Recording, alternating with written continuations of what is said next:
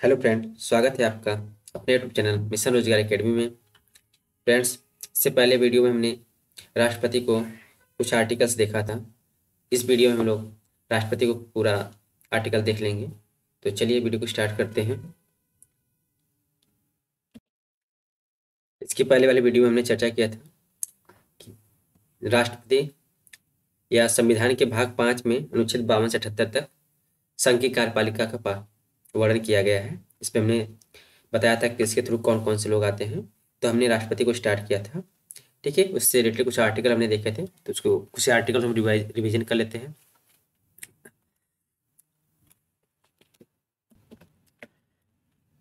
हमने चर्चा किया था आर्टिकल 52 पर। आर्टिकल 52 के तहत भारत का एक राष्ट्रपति होगा। भारत का एक राष्ट्रपति होगा।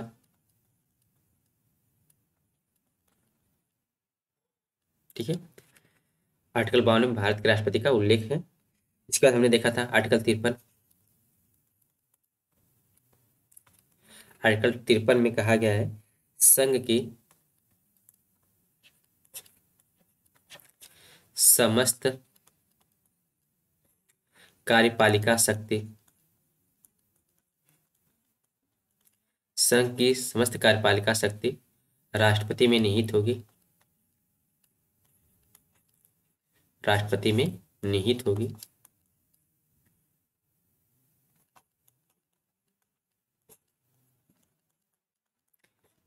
ठीक है, इसके बाद हमने आर्टिकल 54 की चर्चा की थी। आर्टिकल 54 में राष्ट्रपति का चुनाव, राष्ट्रपति का चुनाव। ठीक है, आर्टिकल 54 में राष्ट्रपति के चुनाव का उल्लेख है। किस तरीके से होता है उसकी भी प्रोसेस हम सब बता चुके हैं, यहाँ पे केवल रिवीजन कर रहे हैं। फिर इसके बाद हमने चर्चा किया था आर्टिकल 55 की।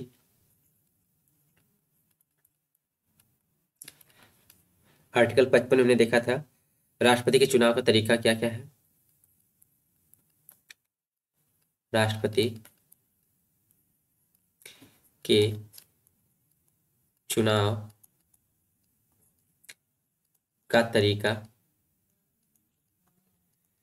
ठीक है, आर्टिकल 55 में राष्ट्रपति के चुनाव का तरीका हमने देखा था। फिर हमने चर्चा की थी आर्टिकल 56 की। आर्टिकल 56 में हमने देखा था कि राष्ट्रपति का कार्यकाल कितने वर्ष का होता है, जिसमें राष्ट्रपति के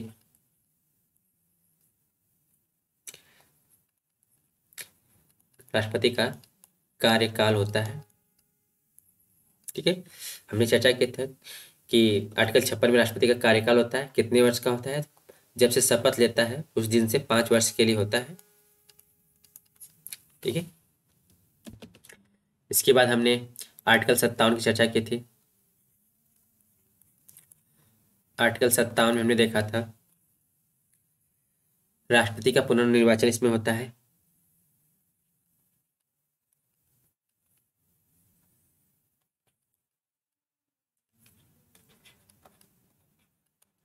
ठीक है, इसमें राष्ट्रपति के पुनर्निर्वाचन की चर्चा की गई है।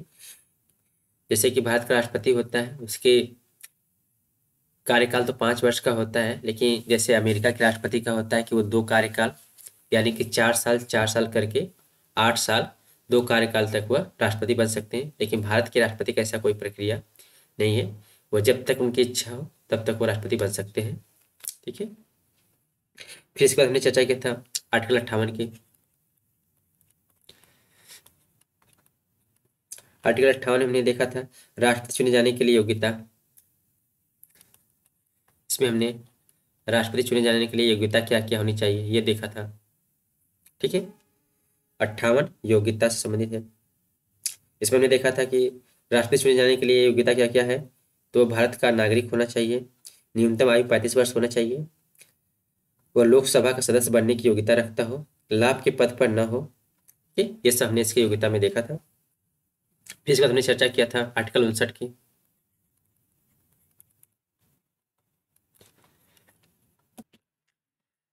आर्टिकल 59 में हमने देखा था राष्ट्रपति कि कार्यकाल की दशाएं क्या क्या होनी चाहिए। राष्ट्रपति के कार्यकाल की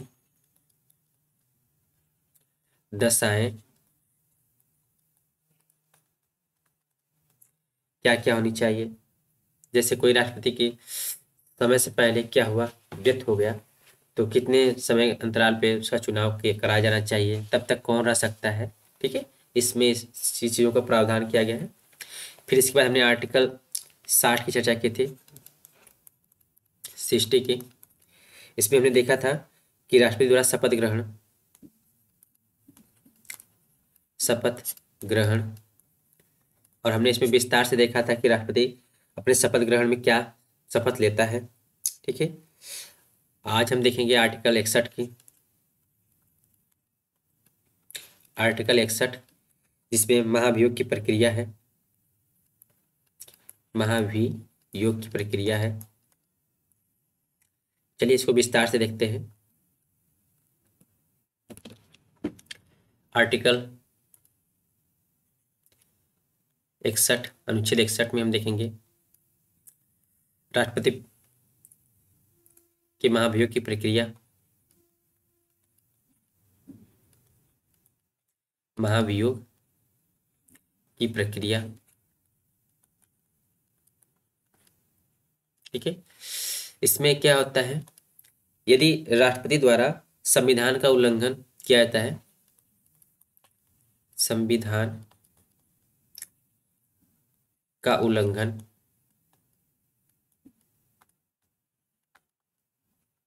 ठीक है, यदि संविधान का उल्लंघन करते हुए पाया जाता है तो इसके खिलाफ महाभियोग की प्रक्रिया लाई जाती है। लेकिन इस महाभियोग को संविधान में कहीं भी परिभाषित नहीं किया गया है। संविधान में कहीं भी इसकी परिभाषा नहीं की गई है।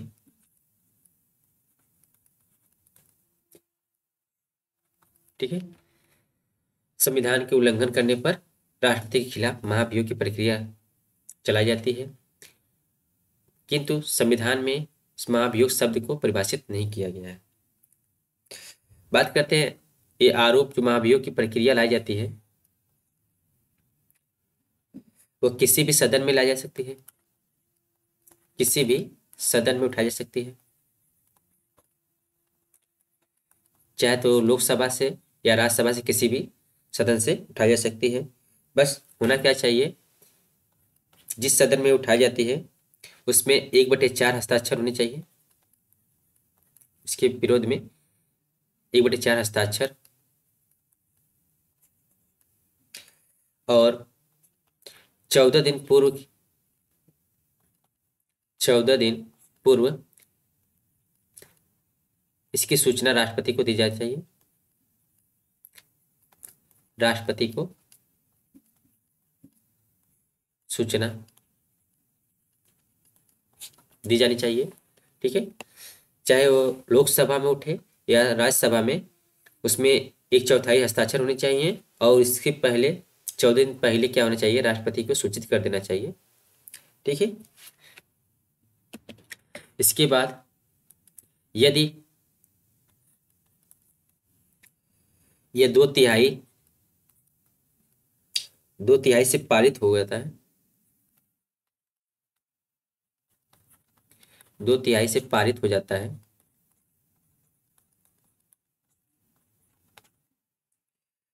तो इसे दूसरे सदन में भेजा जाता है, दूसरे सदन में भेजा जाता है।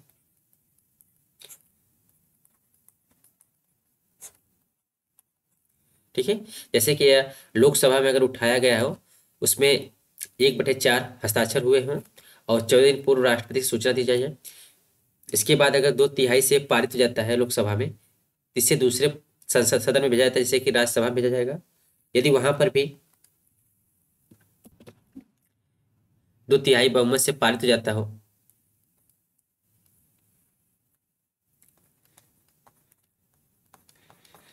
पारित हो जाता हो,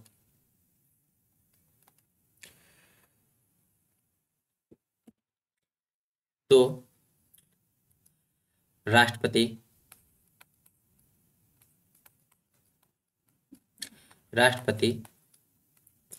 स्वतः ही अपने पद से इस्तीफा दे देता है, स्वतः ही पद त्याग देता है। ठीक है, यदि 2/3 से राज्यसभा में यह पास हो जाता है तो राष्ट्रपति स्वतः ही अपने पद से इस्तीफा या त्याग दे देता है। इस प्रकार हम कह सकते हैं कि जो महाभियोग, इस प्रकार हम कह सकते हैं महाभियोग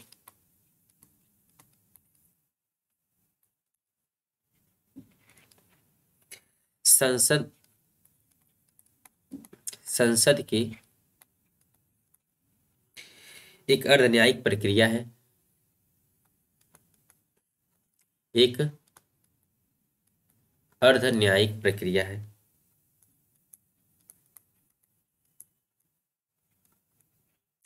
अर्ध न्यायिक प्रक्रिया है। ठीक है, जैसा कि हमने पहले ही बता दिया कि महाभियोग शब्द को संविधान में कहीं भी परिभाषित नहीं किया गया है, फिर भी इसके खिलाफ महाभियोग किस तरीके से पास किया जाता है, ठीक है, उसको आपने देखा। तो इस तरीके से हम कह सकते हैं कि महाभियोग संसद की एक अर्ध न्यायिक प्रक्रिया है। अब बात करते हैं आर्टिकल 62 के,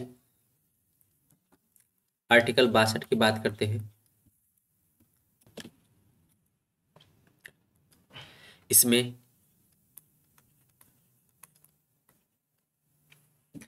राष्ट्रपति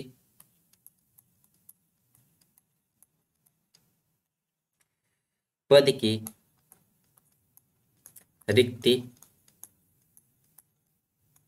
इसमें राष्ट्रपति पद की रिक्ति की पूर्ति, इसमें राष्ट्रपति पद की रिक्ति की पूर्ति के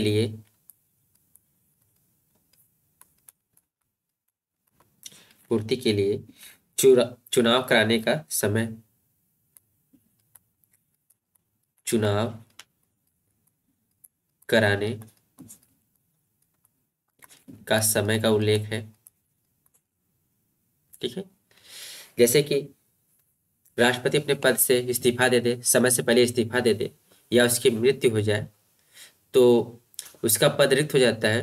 तो उस रिक्त को पूर्ति करने के लिए, हालांकि उपराष्ट्रपति उसका पद संभालता है, बट उस स्थान को भरने के लिए राष्ट्रपति का चुनाव कितने समय के बाद करा देना चाहिए।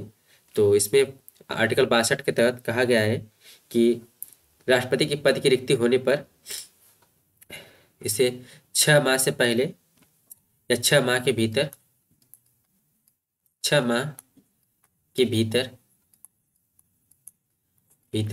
राष्ट्रपति का चुनाव कराया जाना चाहिए।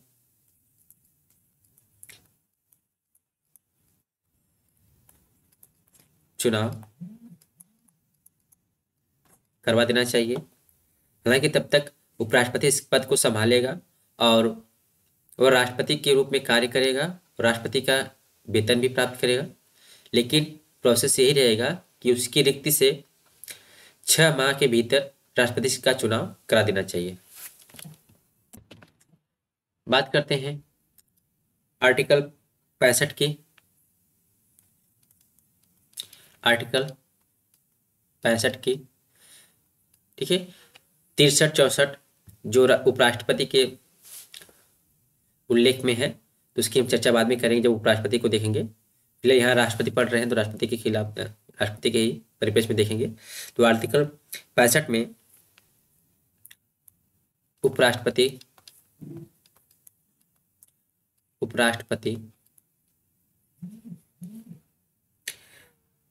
का राष्ट्रपति के रूप में, उपराष्ट्रपति का राष्ट्रपति के रूप में कार्य करना। ठीक है, मतलब यही है कि आर्टिकल 65 में कहा गया है कि यदि राष्ट्रपति का पद रिक्त हो जाता है तो उस समय क्या करेगा, जो उपराष्ट्रपति होगा वह राष्ट्रपति का कार्यभार संभालेगा। ठीक है, जब तक कि चुनाव की प्रोसेस या प्रक्रिया पूरी ना हो जाए। और तब तक वह राष्ट्रपति का ही वेतन प्राप्त करेगा। ठीक है, नेक्स्ट बात करते हैं आर्टिकल 71। आर्टिकल 71, इसमें राष्ट्रपति के चुनाव से संबंधित मामले हैं। राष्ट्रपति के चुनाव से संबंधित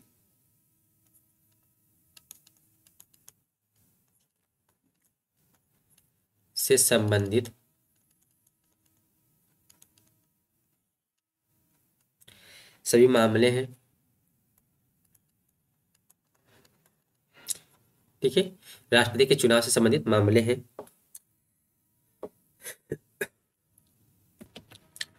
अब बात करते हैं आर्टिकल 72 की,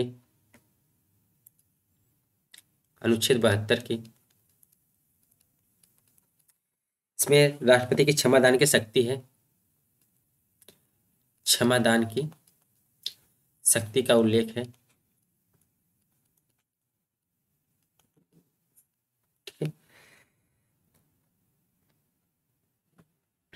इसमें क्षमा, लघुकरण,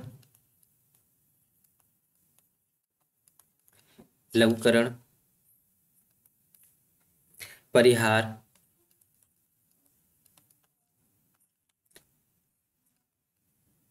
विराम,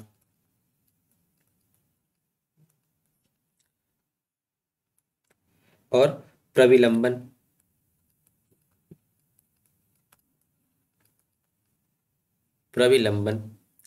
ठीक है, क्षमादान की शक्ति में हम देखते हैं क्षमा के द्वारा राष्ट्रपति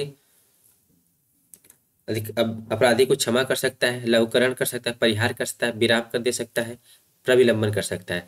क्षमा में हम देखते हैं वह सभी प्रकार से उसके दोषों को माफ कर देता है।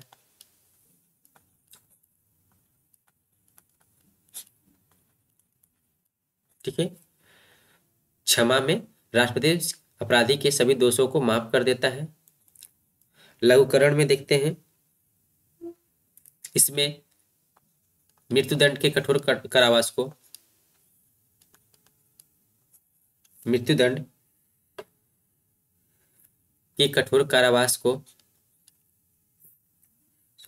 इसमें लघुकरण में क्या होता है,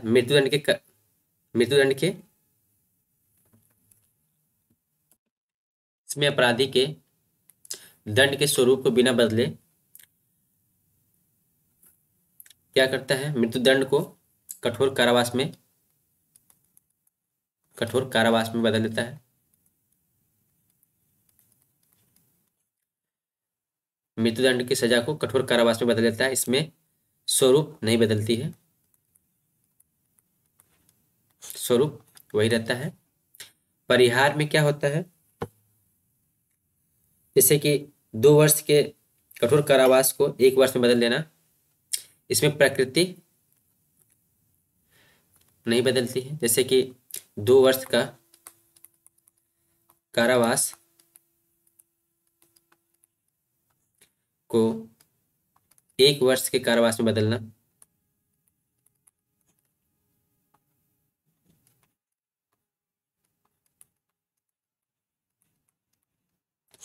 दो वर्ष के कारावास को 1 वर्ष के कारावास में बदलना। ठीक है, इसमें प्रवृत्ति नहीं चेंज होती है और इसमें लघुकरण में स्वरूप नहीं चेंज होता, दंड की जो स्वरूप होती है वह चेंज नहीं होता है। विराम में देखते हैं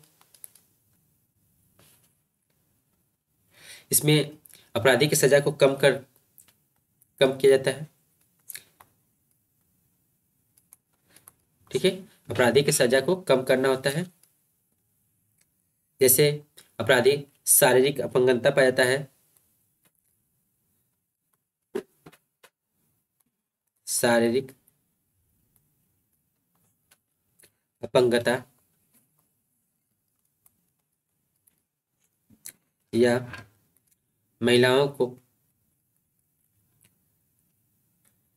की गर्भावस्था में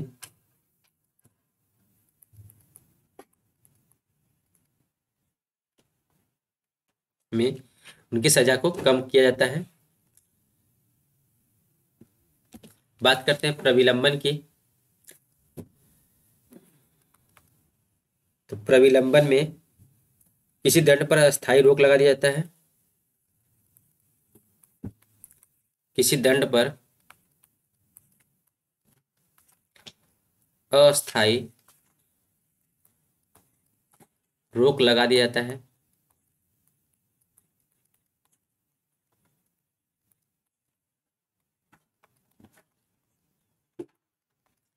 प्रविलंबन में अपराधी किसी दंड पर अस्थायी रोक लगा दिया जाता है और यही प्रोसेस राज्यपाल के परिप्रेक्ष्य में, आगे जब राज्यपाल पढ़ेंगे उसमें देखेंगे, तो राज्यपाल के परिप्रेक्ष्य में यानी कि राज्यपाल का क्षमादान की शक्ति कितनी है, आर्टिकल 161 में राज्यपाल की क्षमादान की शक्ति है, क्षमादान की शक्ति है।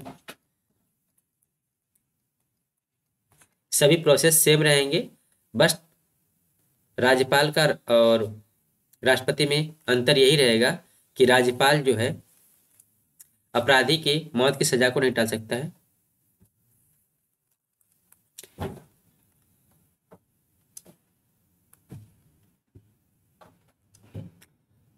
मौत की सजा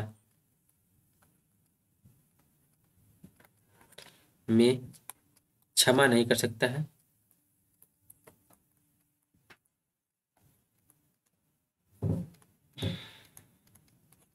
ठीक है, बाकी प्रोसेस सेम रहेगा, केवल राज्यपाल मौत की सजा को माफ नहीं कर सकता है।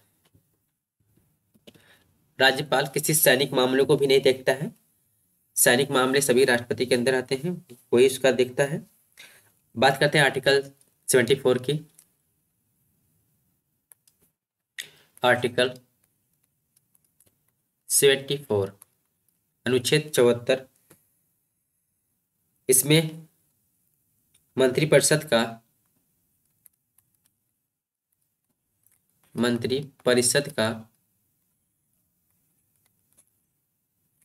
राष्ट्रपति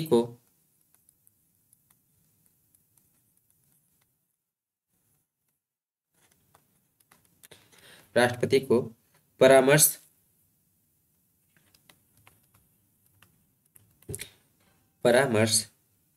एवं सहयोग प्रदान करना है।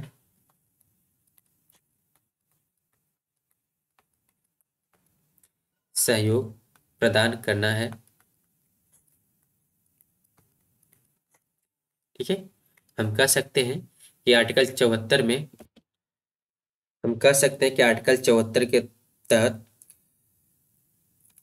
राष्ट्रपति की सलाह या सहयोग के लिए एक मंत्रिपरिषद होगी जिसका प्रधान प्रधानमंत्री होगा। ठीक है, या आर्टिकल 74 में आर्टिकल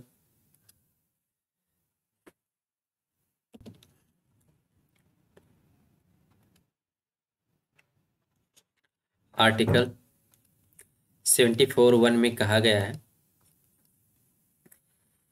जैसे कि 74 में क्या है, राष्ट्रपति की सलाह एवं परामर्श के लिए एक मंत्रिपरिषद होगी जिसका प्रमुख कौन होगा, प्रधानमंत्री होगा।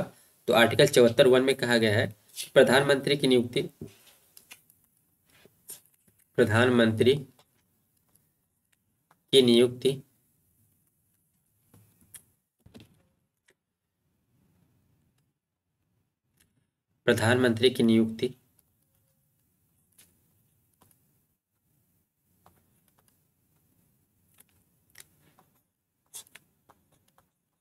नियुक्ति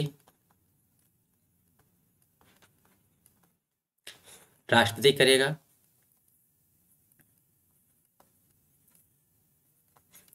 प्रधानमंत्री की नियुक्ति राष्ट्रपति करेगा और मंत्रिपरिषद के सभी मंत्रियों की नियुक्ति राष्ट्रपति करेगा, लेकिन प्रधानमंत्री की सलाह पर। अन्य मंत्रियों की नियुक्ति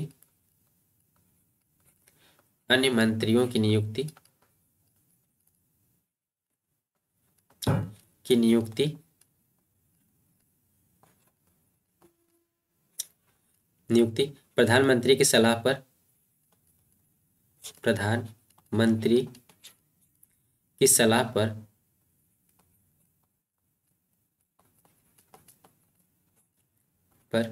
राष्ट्रपति करेगा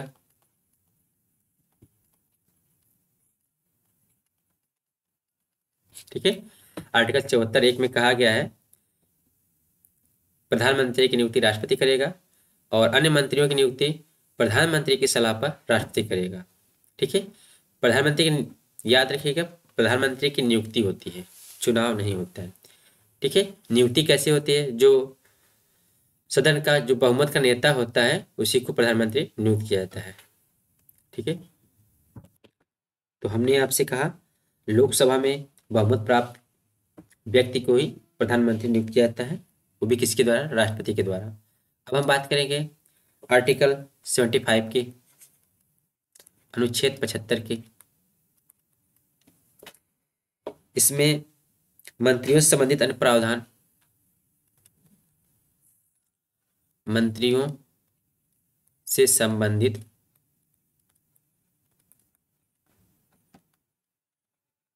अन्य प्रावधान हैं।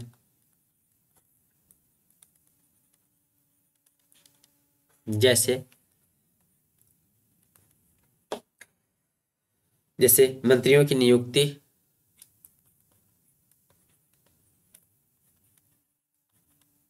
मंत्रियों की नियुक्ति,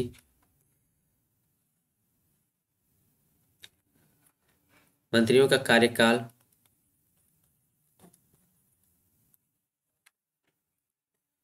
उनके वेतन भत्ते आदि, वेतन भत्ते आदि का उल्लेख है। यहां से हम निष्कर्ष निकाल कह सकते हैं कि जो सभी मंत्री हैं वह राष्ट्रपति के प्रसाद पर्यंत हैं। ठीक है। राष्ट्रपति के प्रसाद पर्यंत कार्य करेंगे क्योंकि उनकी नियुक्ति भी राष्ट्रपति करेगा, वो भी प्रधानमंत्री की सलाह पर। कार्यकाल जो सुनिश्चित करेगा राष्ट्रपति करेगा। उनके वेतन भत्ते भी जो होगा वो राष्ट्रपति के बेस पर ही आधारित होगा। ठीक है। नेक्स्ट आर्टिकल की बात करते हैं। आर्टिकल 76, अनुच्छेद 76। इसमें भारत के महान्यायवादी का उल्लेख है। भारत के महान्यायवादी,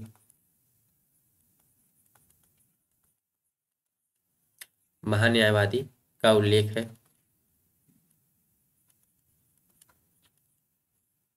उल्लेख है। ठीक है। महान्यायवादी करता है क्या कार्य करता है?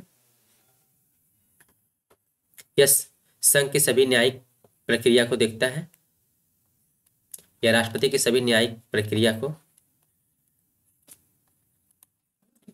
देखता है और सलाह मशवरा भी न्यायवादी जो महान्यायवादी देता है राष्ट्रपति को। बात करते हैं आर्टिकल 77 की, 77। इसके तहत भारत सरकार द्वारा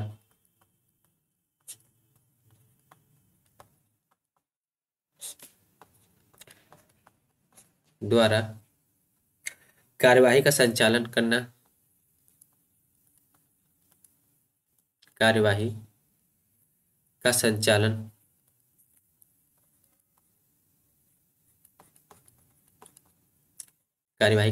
किया जाता है।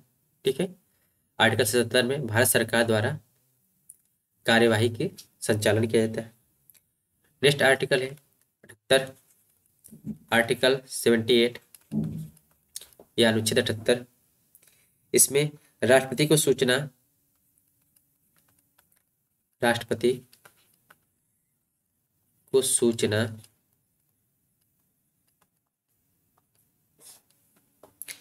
प्रदान करने से संबंधित, राष्ट्रपति को सूचना प्रदान करने से संबंधित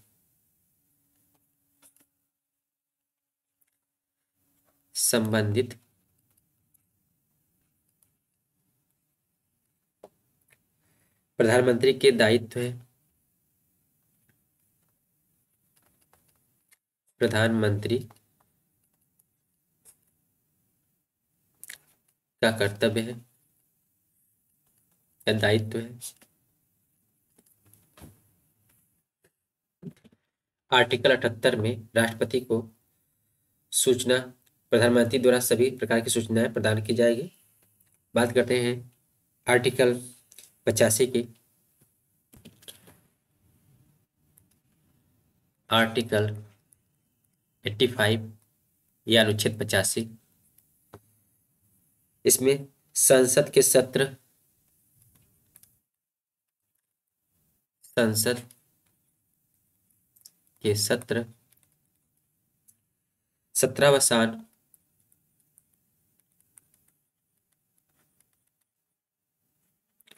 सत्रावसान तथा भंग करना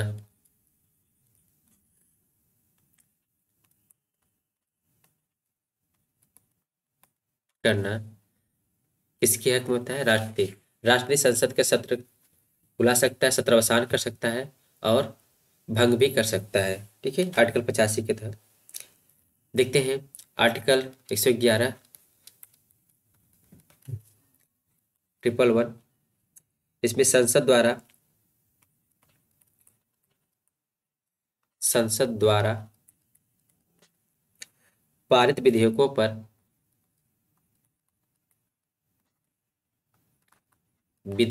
पर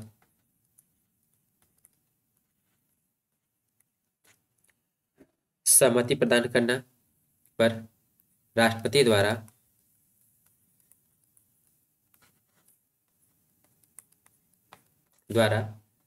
सहमति प्रदान करना।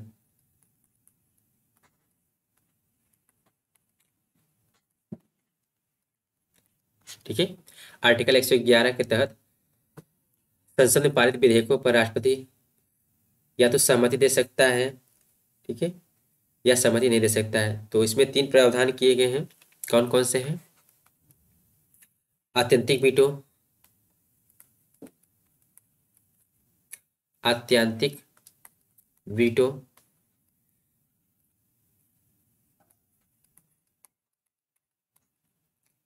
नेक्स्ट निलंबनकारी वीटो,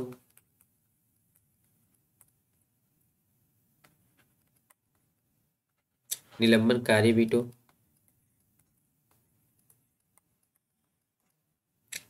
और नंबर 3 पॉकेट वीटो।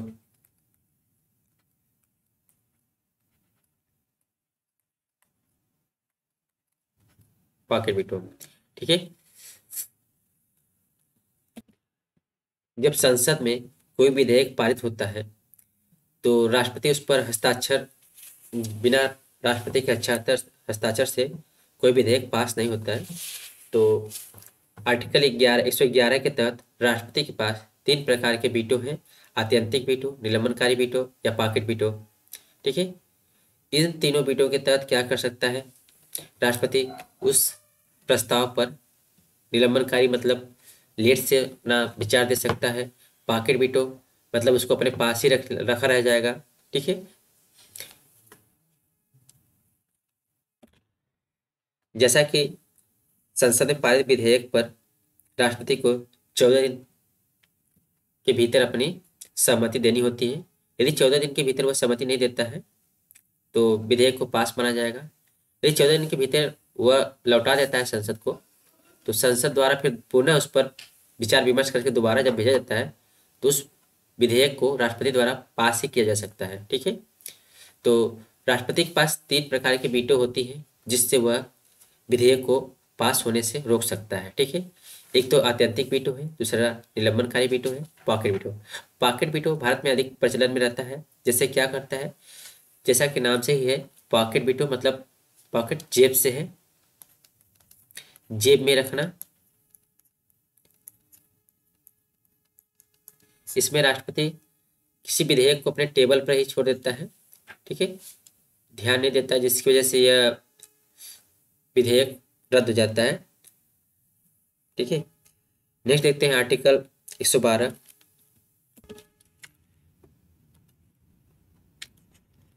आर्टिकल 112, इसमें संघीय बजट, संघीय बजट जिसे वार्षिक वित्तीय विवरण, वार्षिक वित्तीय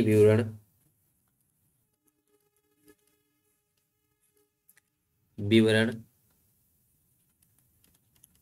कहा जाता है, का उल्लेख है।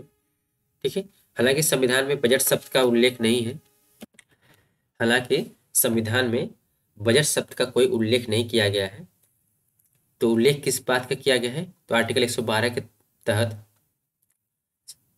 वार्षिक वित्तीय विवरण का उल्लेख किया गया है। ठीक है, नेक्स्ट है आर्टिकल 123। आर्टिकल 123,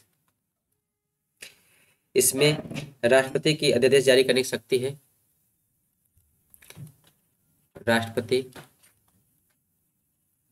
की अध्यादेश जारी करने की शक्ति है।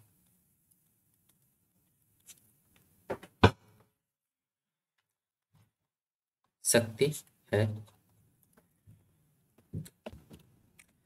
इसके तहत जब किसी सदन का सत्र न चल रहा हो तो राष्ट्रपति उसके खिलाफ अध्यादेश जारी कर सकती है। अध्यादेश मतलब आदेश जारी करना।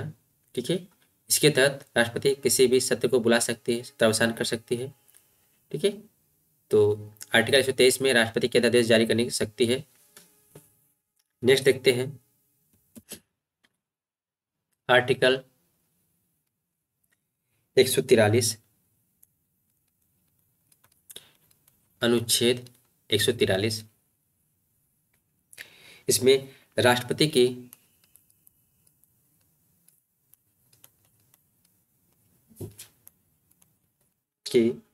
सर्वोच्च न्यायालय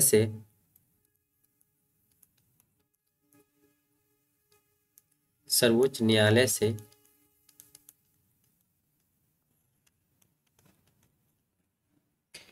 सलाह लेने की शक्ति है।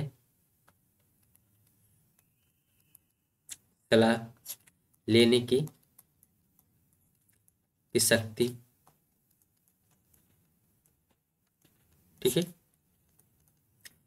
आर्टिकल 143 के तहत सर्वोच्च न्यायालय के जो मुख्य न्यायाधीश होते हैं या राष्ट्रपति की सलाह के लिए सर्वोच्च न्यायालय का गठन किया जाएगा, लेकिन राष्ट्रपति उस सलाह को मानने के लिए बाध्यकारी नहीं होगा।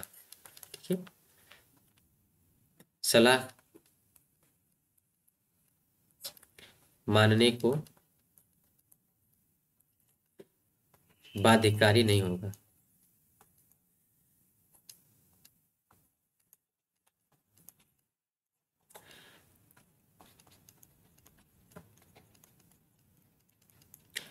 आर्टिकल 143 के तहत राष्ट्रपति सर्वोच्च न्यायालय से सलाह ले सकता है, लेकिन यह नहीं कहा गया कि राष्ट्रपति उनके द्वारा दी गई सलाह को माने ही या बाध्य, कोई बाध्य नहीं है कि वो सुप्रीम कोर्ट के द्वारा दी गई जो सलाह है उसको राष्ट्रपति माने ही। ठीक है, आर्टिकल 143 के तहत राष्ट्रपति सर्वोच्च न्यायालय से सलाह तो ले सकता है, लेकिन सलाह को मानने के लिए बाध्यकारी नहीं हो। ठीक है, यहाँ पे एक पॉइंट और हम देखते हैं।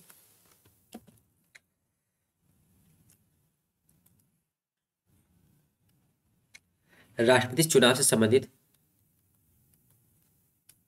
राष्ट्रपति चुनाव से संबंधित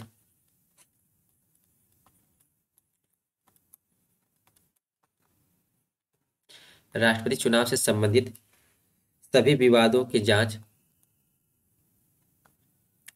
सभी विवादों या मामलों की जांच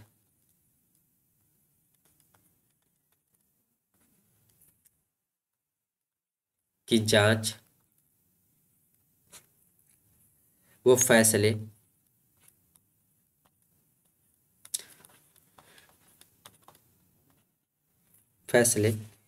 उच्चतम न्यायालय में होते हैं, यानी कि सुप्रीम कोर्ट में होते हैं।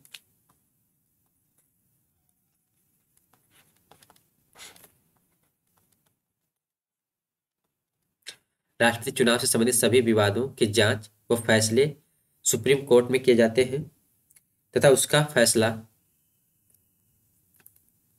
तथा सुप्रीम कोर्ट का फैसला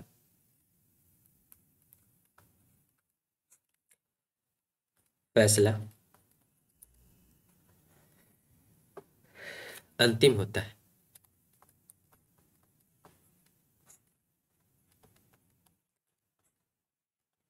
ठीक है, राष्ट्रपति चुनाव से संबंधित सभी विवादों की जांच व फैसले सुप्रीम कोर्ट में किए जाते हैं तथा उसका फैसला क्या होता है, अंतिम होता है। ये रहे राष्ट्रपति से रिलेटेड सभी आर्टिकल्स और उनसे रिलेटेड सभी जो महत्वपूर्ण तथ्य हैं उनकी यहाँ पे हमने चर्चा की। फ्रेंड्स, अगले वीडियो में हम लोग देखेंगे जैसे प्रधानमंत्री, राष्ट्रपति और भी जो चीज़ें छूटे हैं उसको हम देखेंगे। आशा करता हूँ ये वीडियो आपके लिए काफ़ी हेल्पफुल होगा। तो मिलते हैं अगली वीडियो में, तब तक के लिए bye bye, thank you and have a nice day.